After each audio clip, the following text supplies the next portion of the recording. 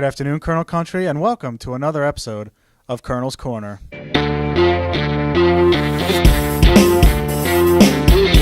On today's episode, we'll be recapping the Wilkes University football team's Week 9 14-7 win over Lycoming, discussing the bye week, and looking ahead to this week's 23rd annual Mayor's Cup matchup against King's College.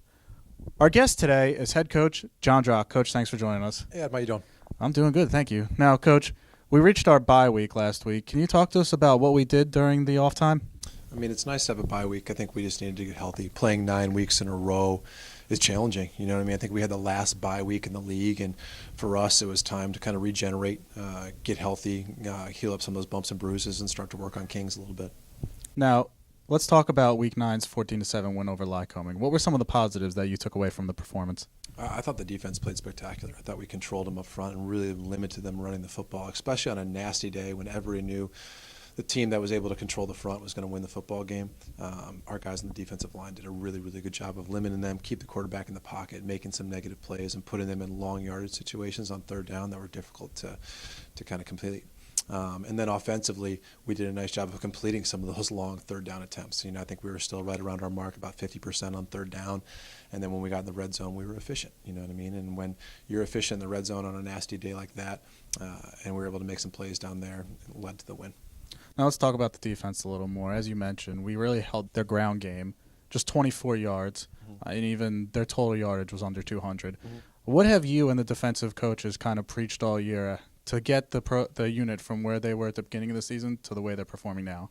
I mean, I think they're just really keeping things in front of them. They're limiting some of those big plays. I think that's one of the biggest differences for me, is that we're making teams drive the entire field. Our special teams have been doing a great job of creating long fields for people, and then they've really bought into winning on first down. If you win on first down and put teams in second and long and third and long, you're going to get them off the field a little bit more, and that gives us an opportunity to be on the field with our offense. And when our offense is on the field, we're able to make some first downs, you know what I mean? And those guys get a good amount of rest. So when they come back, they're fresh and they're flying around and they're making more plays. Now, moving over to the offensive side of the ball, as you mentioned, it was a little rainy, so the offense had a little bit more struggles than we're used to seeing, but they still had over 300 yards and still converted when we needed them to. What did you take away from that game on that side of the ball? I mean, that's just a tough Northeast Pennsylvania football game. You know what I mean? They're not all going to be air shows when we're airing out for 400 yards. We're going to have to grind some games out. We're going to have to make first downs when it's difficult. We're going to have to run the football when teams know we want to run the football. And I thought we were able to do that against a very good Lycoming defense that may be one of the better defenses in the league all around. Now, let's spotlight one of the individual performances. Pat Rickey on the defensive line, as you mentioned. The defensive line as a unit had an outstanding game. They did. But focusing on Pat individually, he had 3 tackles for loss, 1.5 sacks, and 1 forced fumble in that game. And for his efforts for the month, was named the ECAC Division III North Defensive Player of the Month. Can you just kind of talk about what you've seen from Pat as he's grown throughout the year? Pat's just a young kid right now. He's only a sophomore. He plays with such a fantastic motor. His energy on the field is constant. And when you take a break against him, he's going to make a play. You know what I mean? And he has great intensity when he plays, and he's really learned to use his hands over the course of the season. And he's continued to grow and get better. You know what I mean? He's gotten bigger. He's gotten stronger throughout the season. And now that we're at the end of the season, he's a better football player than he was at the beginning. You know what I mean? I think a lot of our young defensive guys and offensive guys need reps. You know what I mean? And where they are now, they've basically played an entire season, and they're not rookies anymore. I mean, coming into last year, Pat had really only played in JV games to being basically a starter at this point, and really growing into that starter's role and understanding what we expected of him, and he's done a great job of that. And now, in other news, released yesterday, the ECAC's monthly awards. Wilkes football swept all 4 awards, getting offensive player, defensive player, special teams, and rookie. What does that kind of regional recognition mean for you? You know, you're in your first year, and the program's kind of at a revival this year. Yeah, I mean, I think that it gives us a little bit of recognition nationally that we've got some young kids that are doing a lot of really, really good things. Between Pat, who's a sophomore, and Naj, who's only a freshman getting the rookie. Jeff was the lone senior on that list, I believe.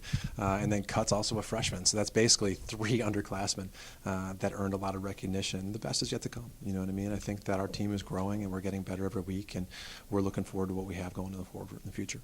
Now looking ahead to this week, we have the 23rd annual Mayor's Cup matchup against King's College, a team that is right behind us in the standings as we continue to fight towards a bowl game.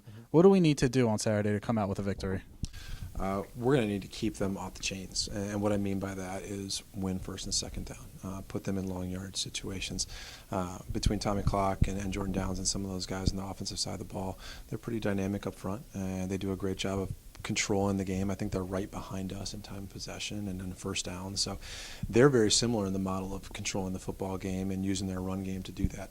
I think defensively they fly around. They're extremely fast. Their two linebackers are good football players, and their secondary players keep things in front of them.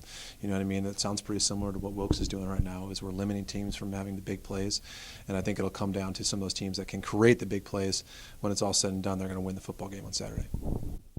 Wilkes University football team closes out the regular season this Saturday, the 23rd annual Mayor's Cup game against Kings College, kickoff scheduled for 12:07. Game will also be televised regionally on WQMI. Coach, thanks for joining us. Good luck this week. Thanks so much.